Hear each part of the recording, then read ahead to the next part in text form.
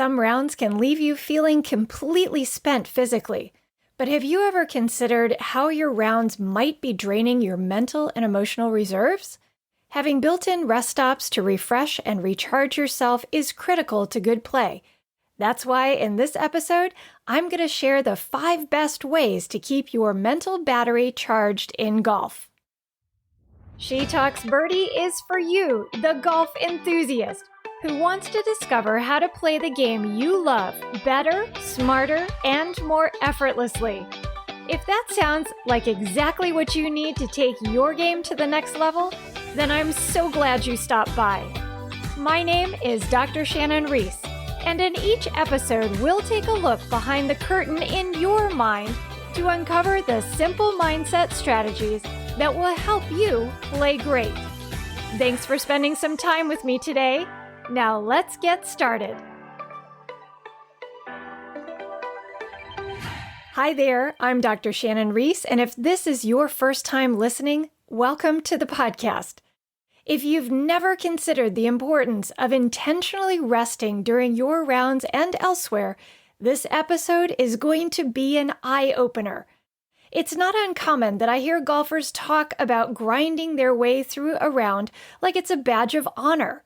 It's actually an ineffective way to get the most out of your performance, golf or otherwise. For that reason alone, I thought this podcast was overdue. By burning the candle at both ends, wearing yourself out by trying harder, or overthinking your game doesn't lead to good results. You've been there and tried that, is my guess. Even I've fallen victim to this line of thinking in my business.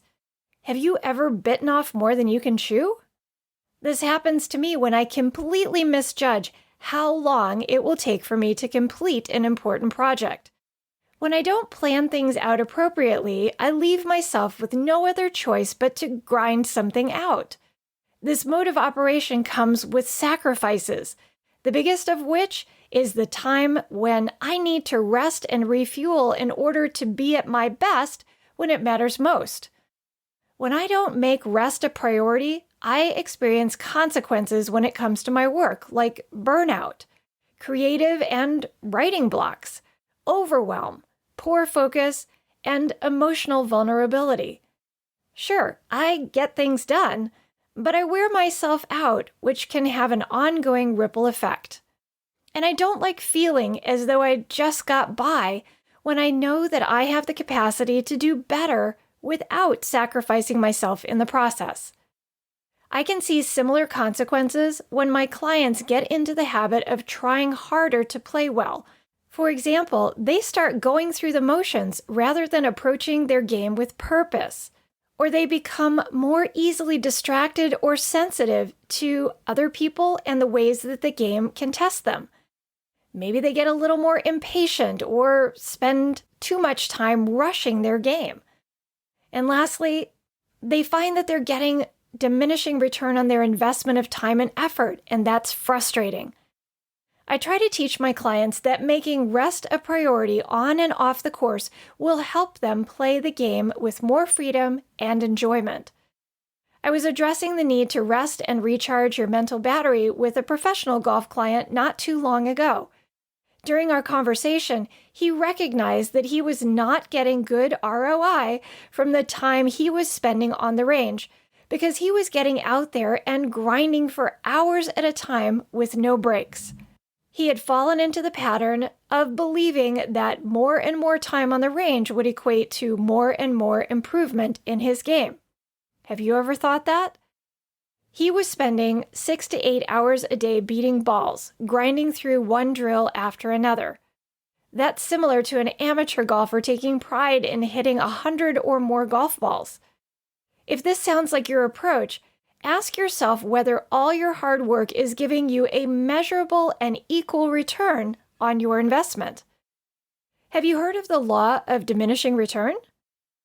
This is a principle in economics, but it applies to your golf performance too. What it means is that there is a point in time when more effort, more time, or more energy will fail to bring about a proportional increase in improvement. Hitting more balls, playing more rounds, or taking more lessons has a fixed value to it. And if you're not committed to carving out time to recharge your batteries mentally and physically, you're going to get the diminishing return. And you're going to hit that limit even faster when you don't incorporate intentional rest into your golf activities on and off the golf course. Keep in mind that your brain runs your body. So if your mental batteries become depleted, your brain's ability to direct your body and sustain good performance levels decreases. And the harder you try to avoid making mistakes, the more you will get in your own way and mess up more often. So back to my professional client. He altered his practice regimen and adopted a less is more approach. His pursuit during practice became more about quality than quantity. By engaging in short, time-bound drills, his focus was sharper and his results were increasingly better. Between drills, he would take a water or a snack break and mentally check out of golf for 5 minutes or so. He began making more progress in less time because his targeted activities, buffered by periods of rest, were full of more engagement, present-centered focus, purpose, and drive.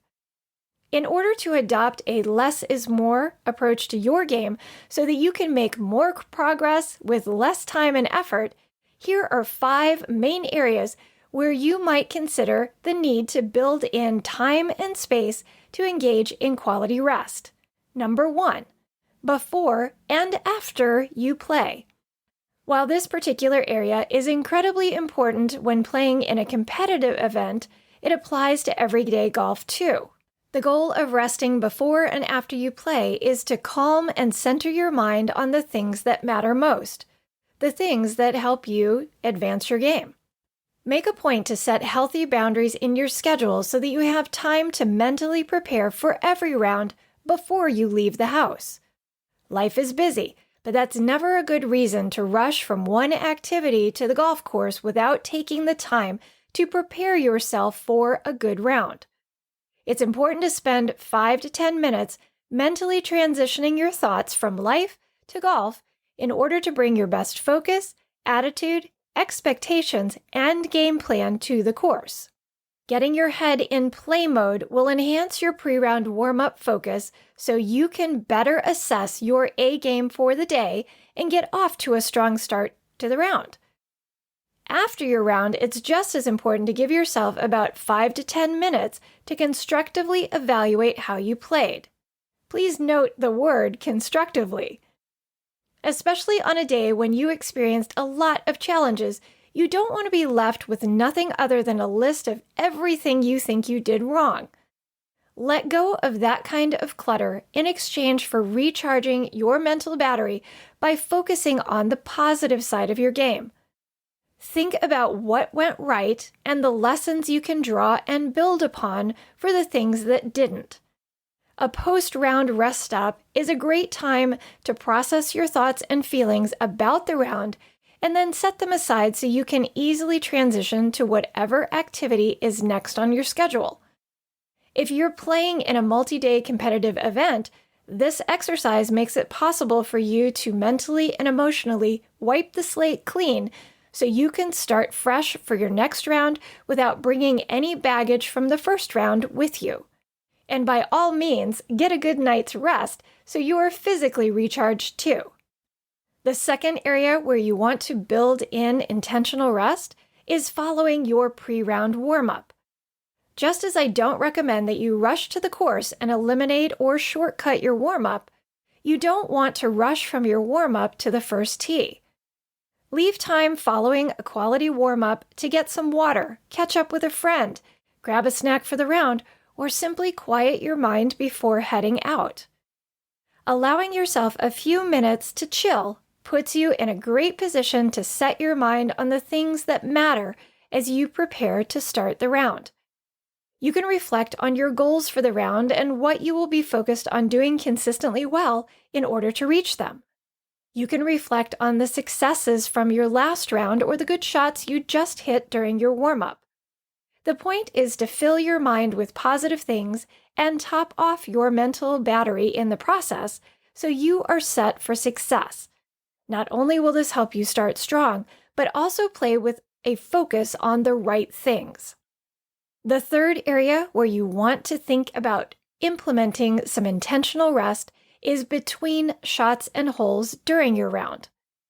Some golfers are more social, others are more serious, but you can enjoy the best of both sides of the game by learning how to actively rest your mind in the time between shots and holes.